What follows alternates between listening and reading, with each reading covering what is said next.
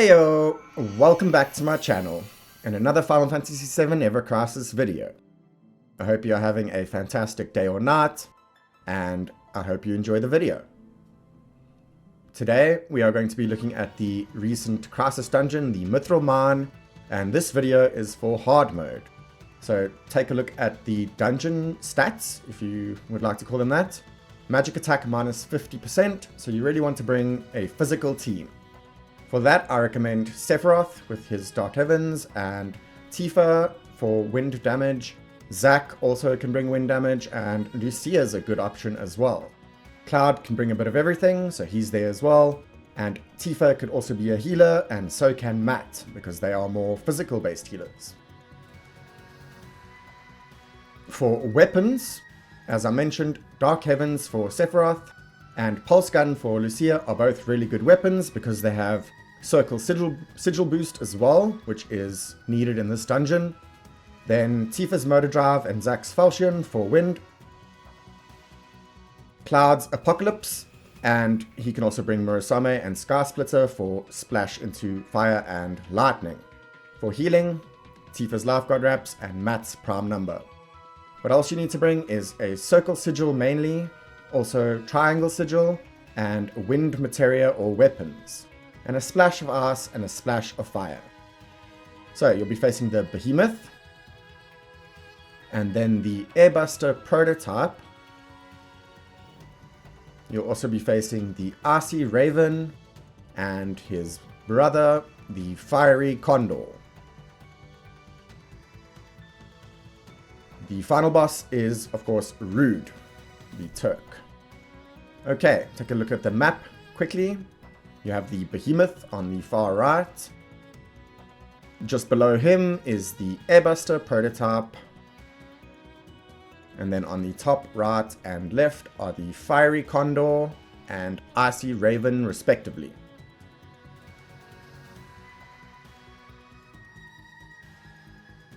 At the end is, of course, the boss. And here is my team setup. I have Sephiroth with Dark Heavens for wind damage, and he's bringing lightning as well as a Circle Ruin for the Circle Sigil break. Here's his stats, and his sub-equipment mainly gives him boost physical attack and boost wind potency. He also has boost HP and a few other stats. For my healer, I'm bringing Aerith because I don't have Lifeguard Wraps and my Matt is severely underleveled, so she's not going to do much damage with the magic attack debuff, but she's bringing wind and fire, she's bringing Ifrit, and she's bringing her usual sub-equipment for magic attack, magic ability potency, and boost heal. So once again, it would probably be better to bring Matt or Tifa as a healer if you have them, because they are more physical based than Aerith, and will at least help you do some damage as well. For Cloud, I'm bringing Murasame with a Wind Materia and the Triangle Sigil because of the Triangle Sigil boost of Murasame.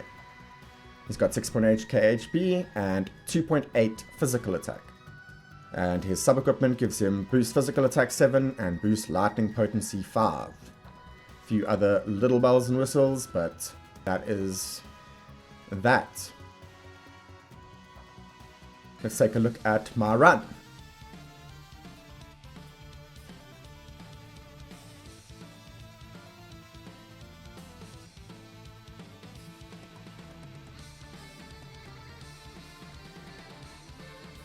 I head off to the Behemoth first.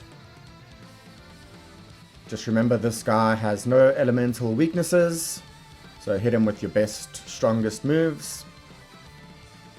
And of course, when he goes into his stream phase, you cannot hit him with magic attacks because he will counter with flare and do a big chunk of AoE damage to your party. So be careful for that. Other than that, there's not much else to look out for. Just defend his attacks and take him down.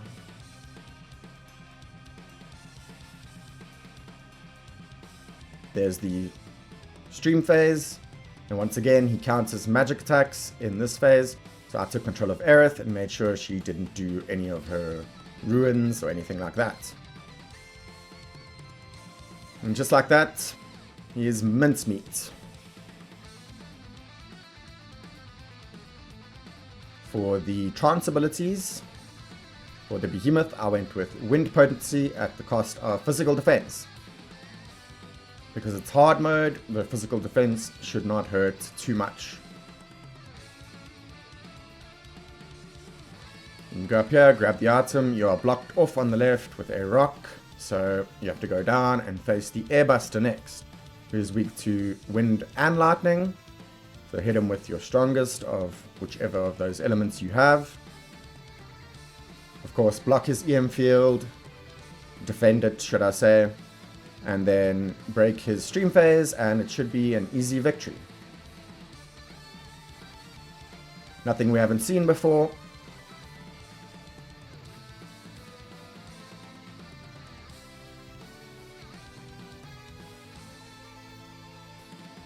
Easy clap. Now, it is between the two birds. I would recommend going for the Icy Raven on the left first if you have Ifrit and your Ifrit is charged up.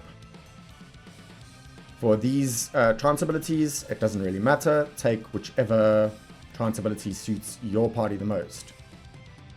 If you have a physical attack buff, take that. If you have a physical defense debuff, take that. Heal up if you need to, and take on either of the two ravens. I'm right about to get my Hellfire, so I use a few moves with Aerith and just unleash all of my limit breaks.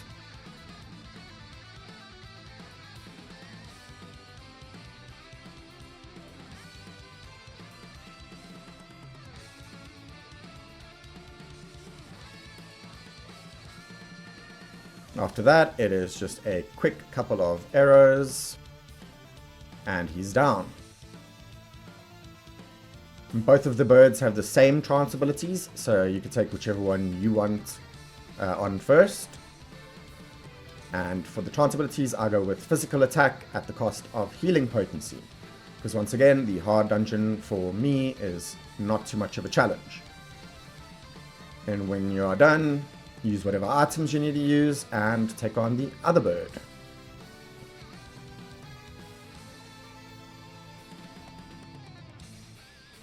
I like to take down the ads first, but it is up to you how you want to take it on. You could take on the bird first. If you have tons of damage, you could probably just burst him really quickly.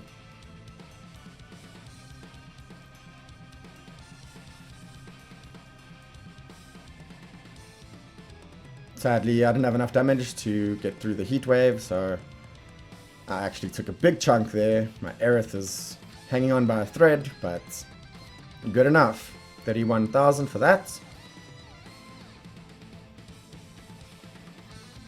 And that is it. All that's left is the final boss in Rude.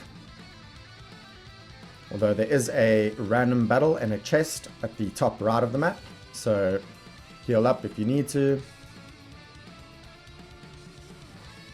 I'm glad that the random battle didn't occur before I got to the chest, because I really needed to heal my Aerith.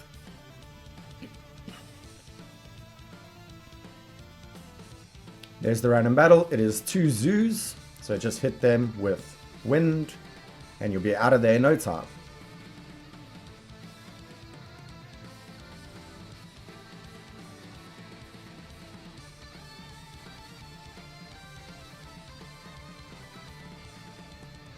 Finally, you can mosey your way down to face Rude, facing one last random battle before you get there. Once again, a bunch of birds who are weak to wind. So clean them up and get on to Rude.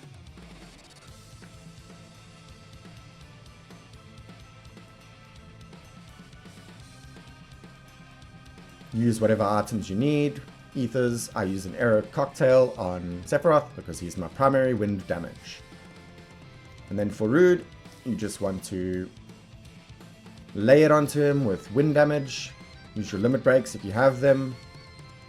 And of course defend his shockwave, because it does very powerful air, it's a single target, excuse me, very powerful single target damage.